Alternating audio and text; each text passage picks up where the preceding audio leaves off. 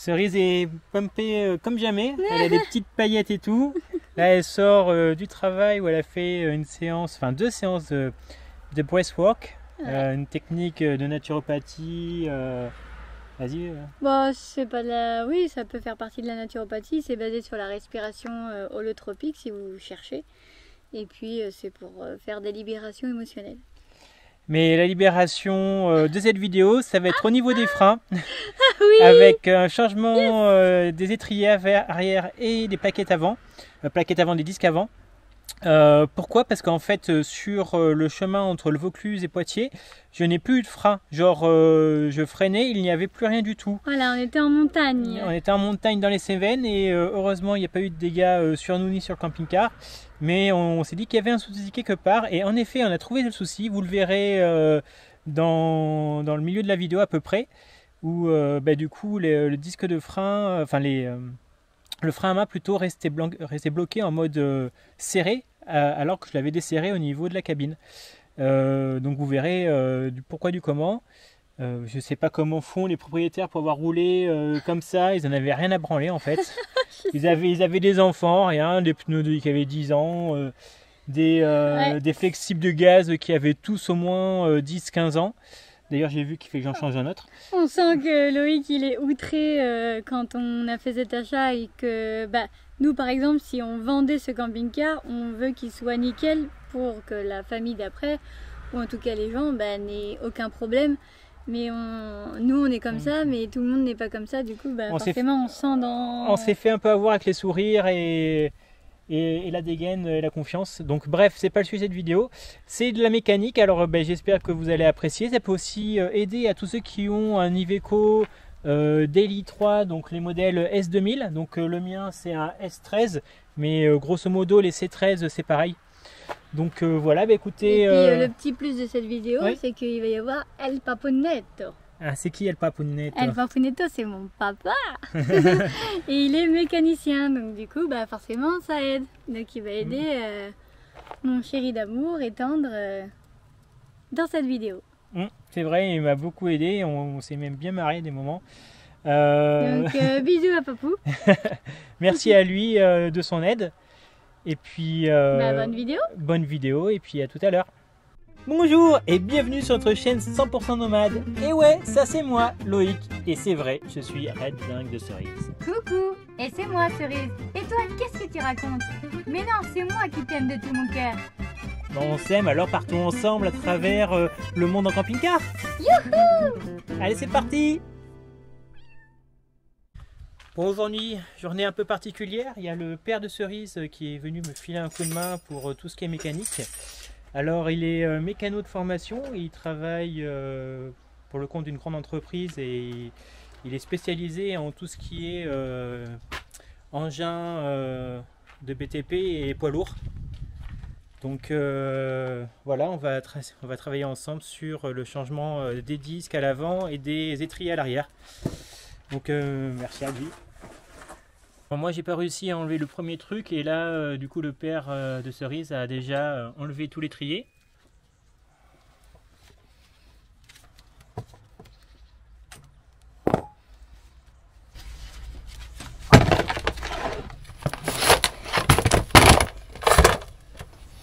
Et on va le laisser s'égoutter. Ça il va vidanger tout le liquide, on mettra du... Il sera bien vite, mais on pourra mettre du neuf. Il est bien jaune, hein. Ça, on va essayer d'enlever tout le vieux liquide. Ok. Tu peux me montrer comment tu as fait juste pour le petit bitume en ressort et après j'essaierai de me débrouiller, enlever l'étrier tout seul, comme ça tu peux...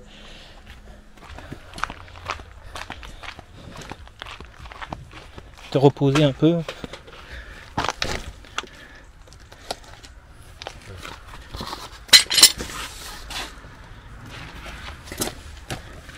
Ah, c'est ce truc là, pendant que j'arrive bien à le bouger, mais c'est comme s'il était coincé dans son... Ouais.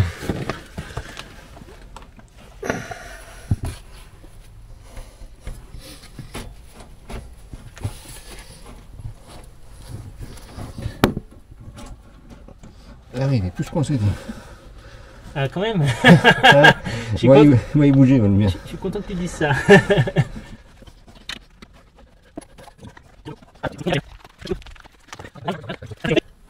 coincé dedans en fait. Je te porte le marteau. On va essayer. Ouais. Tac, marteau. Ah non, t'as un clip, maintenant. Ah, d'accord. Ah oui, ok. Ah ouais, l'autre il a pas de clip alors. Putain, ouais. Ah, ouais. T'as un clip, il faut qu'on fasse sauter. Bon, maintenant, j'ai desserré ça là avec une clé de trouée là, c'est ce genre de clé là. Tac, juste un quart de tour pour rendre le truc libre. Là, j'enlève les deux capuchons. Tac, tac, et ensuite, avec cette clé là, je vais hop, desserrer ça.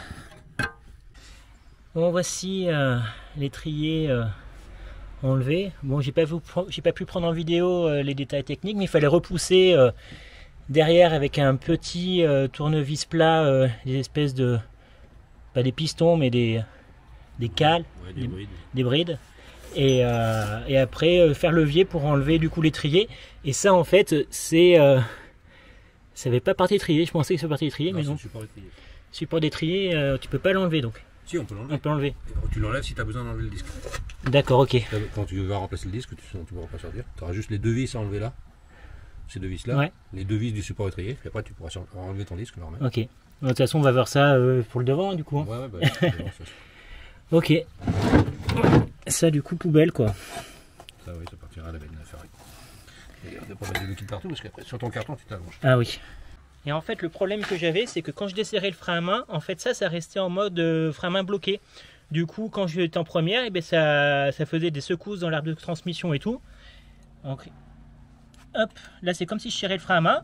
Et là, c'est en enlevant, normalement, ça devrait revenir à sa base, sauf que ça revient pas du tout. Du coup, je roulais des fois le frein à main bloqué. Et du coup, j'imagine que la boîte a dû prendre un coup. Par rapport à celui-là. Ouais. Et là, hop. Qui revient bien. Merde, je suis en train de sortir le piston. Oh putain. Ah, quel con. Oh merde. Je vais me faire chier pour le remettre. Merde. Oh putain, quel con.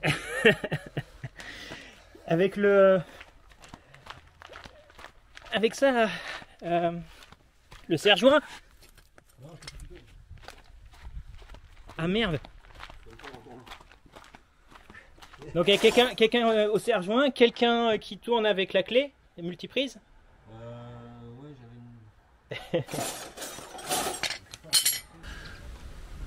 Ça va, parce qu'ils sont neufs donc. En fait, tu as un système de crémaillère. À l'intérieur, tu as un système de crémaillère avec des petites dents. Ok. Et le piston il peut pas se renfoncer comme ça à cause du frein à main. Donc le crémaillère, ça rattrape le jeu en fait. Dès que ça avance, tac, ça saute une dent. Et il n'y a que en système de rotation que tu arrives à le renfoncer. Parce que tu fais sauter les dents en tournant le piston, la tête du piston.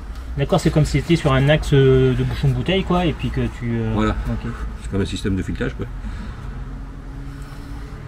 Et quand il sort, tac, tac, tac, il sort, puis hop. Dès qu'il est trop sorti, tac, il prend une dent en plus, et ça l'empêche de revenir trop en arrière. D'accord, pour du coup... à cause du frein à main, parce que tu as un système de frein à main dessus.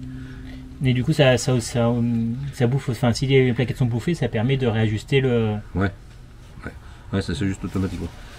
Et devant, il n'y a pas besoin. Comme il n'y a pas de système de frein à main, tu as juste à rappuyer. D'accord. Appuyer avec une pince. Bon là on commence le remontage. Donc sur l'étrier neuf, là on va d'abord visser le flexible de frein, voilà. T'as besoin de quoi? La clé de 14. La clé de 14, tiens.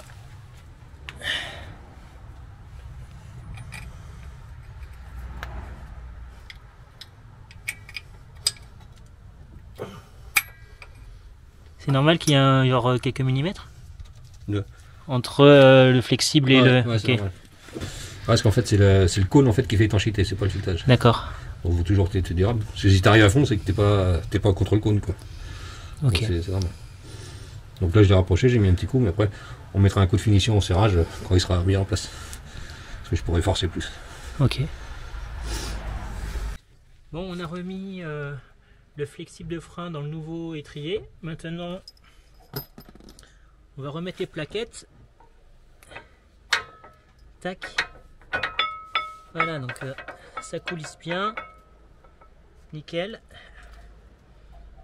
Deuxième côté. tac. Voilà. On a des nouvelles vis.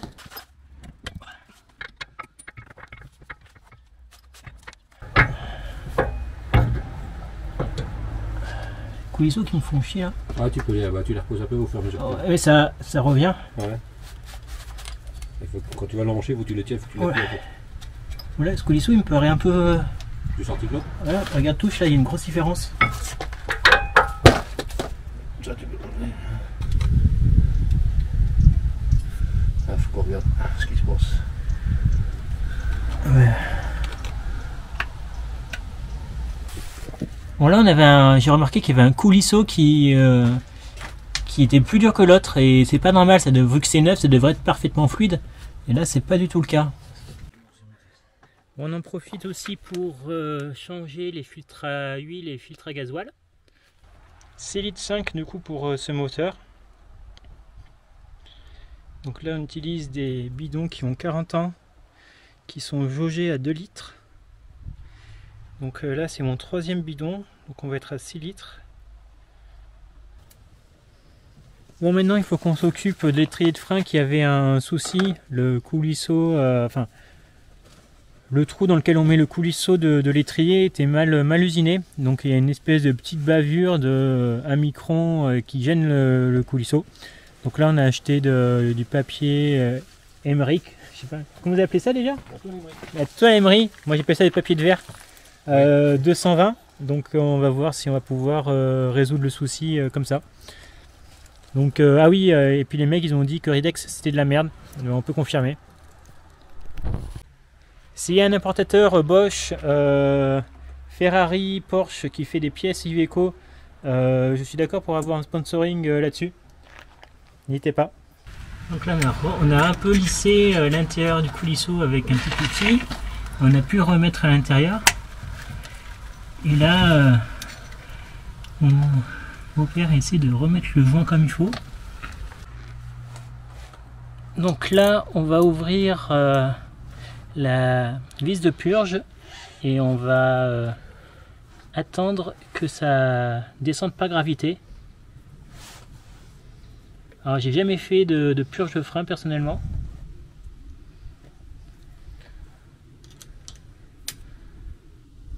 C'est pourtant un truc à faire tous les 4 ou 5 ans apparemment.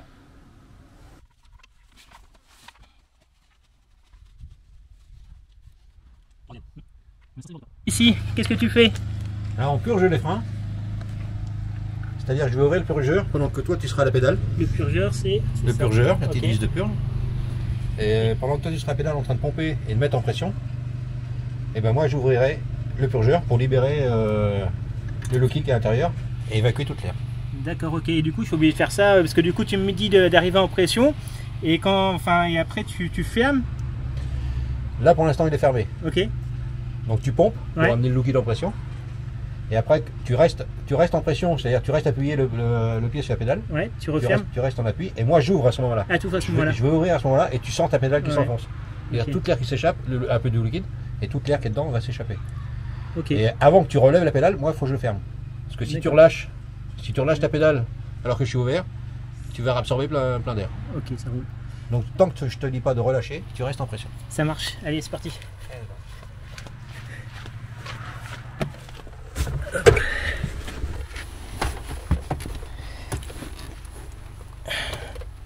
Je pompe. J'enlève mes chaussures. C'est bon.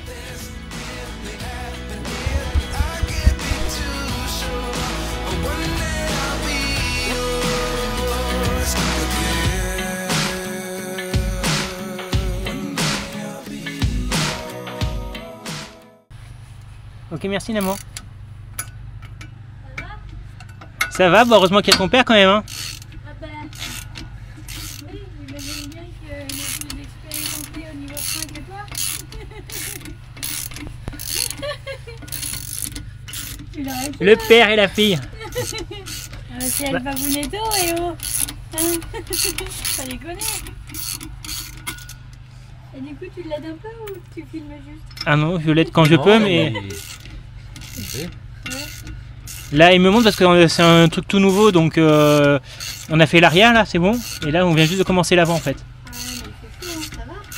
Ça va. Il y a pire. Hein. Il y en a qui ont 50 degrés. Donc,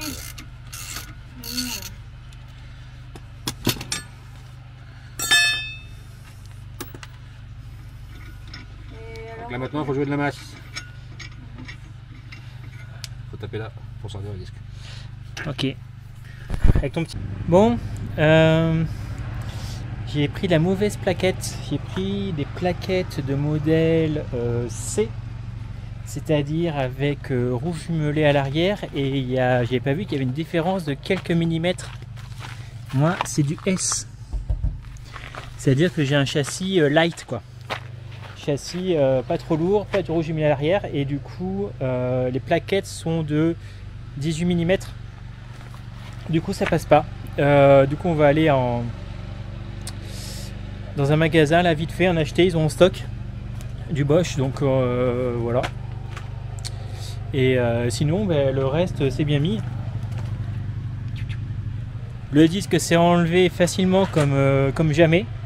Le plus dur en fait ça a été de virer ces deux boulons là qui sont pour le coup assez durs et sans une bonne rallonge d'une clé. Genre j'ai utilisé ça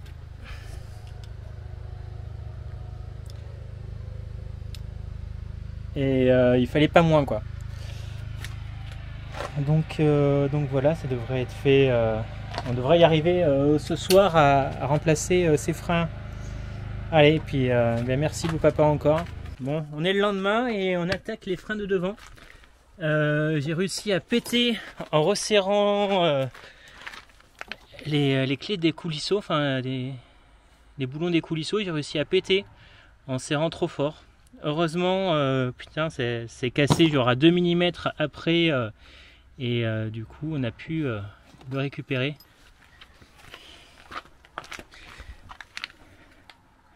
Alors là on essaie de remettre un joint neuf. Enfin neuf non, au contraire l'ancien, parce que le joint est un peu abîmé, donc on récupère les joints dès l'arrière pour essayer de le mettre au devant, parce que je sais pas pourquoi à chaque fois en fait en serrant, alors ça c'est, je sais pas si c'est l'ancien ou le nouveau, mais ils sont tous comme ça là au niveau d'un endroit, et on essaie de faire en sorte que ça soit bon quoi. Et il fait une chaleur torride. Et plaquettes.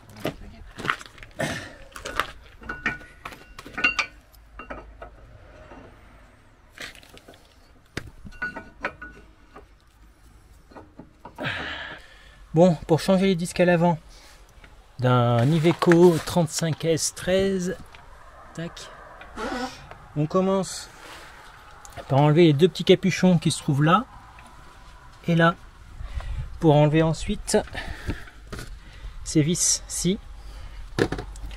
Et voilà, tac, donc on enlève.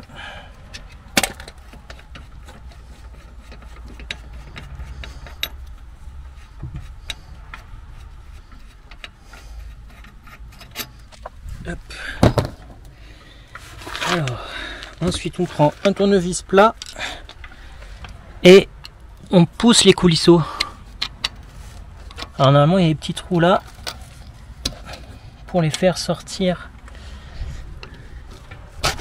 Ah voilà, il y en a un qui est sorti là. Lui, il est un peu raide. Bon, une fois qu'on a dégagé les deux coulisseaux, ici et ici, normalement les traits doivent venir. Donc, suivant la difficulté, il vaut mieux prendre un tournevis ou faire levier ou pas. Là, en l'occurrence, ça semble pas nécessaire. Par contre, on va prévoir un support ici pour poser l'étrier. Bon, ensuite, faut enlever l'espèce de gros boulon à l'arrière là. Bon, bien sûr, ça va être coton, mais faut pas se tromper de sens, hein, faut pas serrer le boulon plutôt que le desserrer. Et là le support d'étrier il tombe tout seul. Petit coup de nettoyage. Après avoir enlevé les supports d'étrier, On enlève les deux petits bitoniaux là comme ça. Donc c'est une clé longue là de 12. Et on maintient la roue fixe avec quelque chose, donc un bout de bois, un bout de métal, ce que vous avez, avec deux écrous de roue. Tac.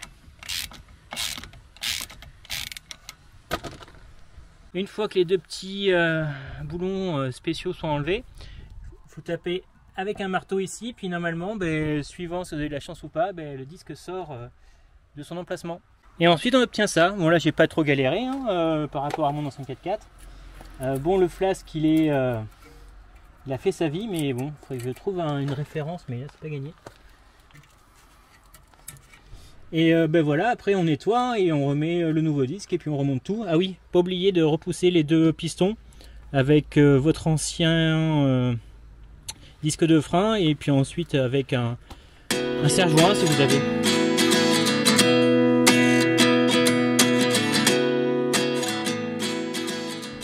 Bon, on va repousser les pistons. Tac. Alors je sais pas si je vais y arriver parce que c'est quand même assez costaud.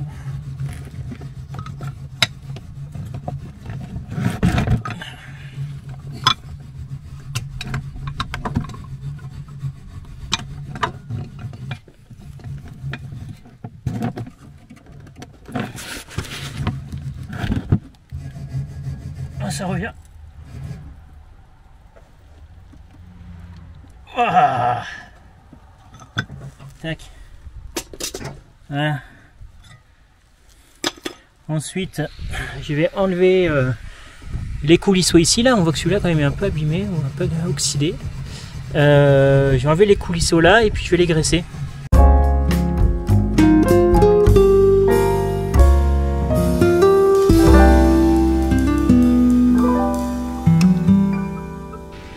Et voilà, disque changé. Ça a été, mais maintenant je pourrais le faire, je pense, sans souci. Voilà, la purge a été faite déjà, donc je crois qu'on est bon. Là, mon beau-père, il est en train de voir pour nous installer un système de roue de secours à l'arrière. Il y en aurait déjà une, enfin quelque chose qui y ressemblait en tout cas, mais il manquait la moitié des éléments, donc il est en train de voir ce qu'il peut faire. Bon, en tout cas, les freins, good. Bon, je m'en suis pas trop mal sorti, non? Qu'est-ce que vous en pensez? J'espère que vous aurez appris des trucs. Lâchez un like et un commentaire si vous trouvez que je me suis plutôt pas trop mal débrouillé.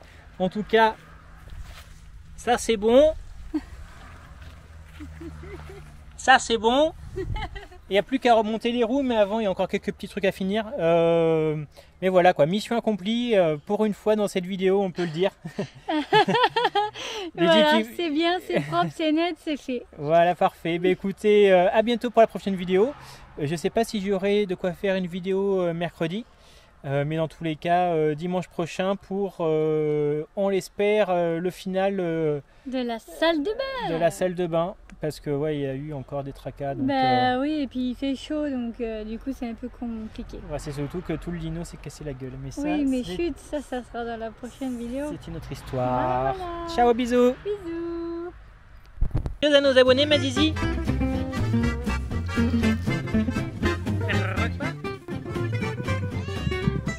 Quoi. Ça c'est Isis, notre chef nomade. C'est ma zizi.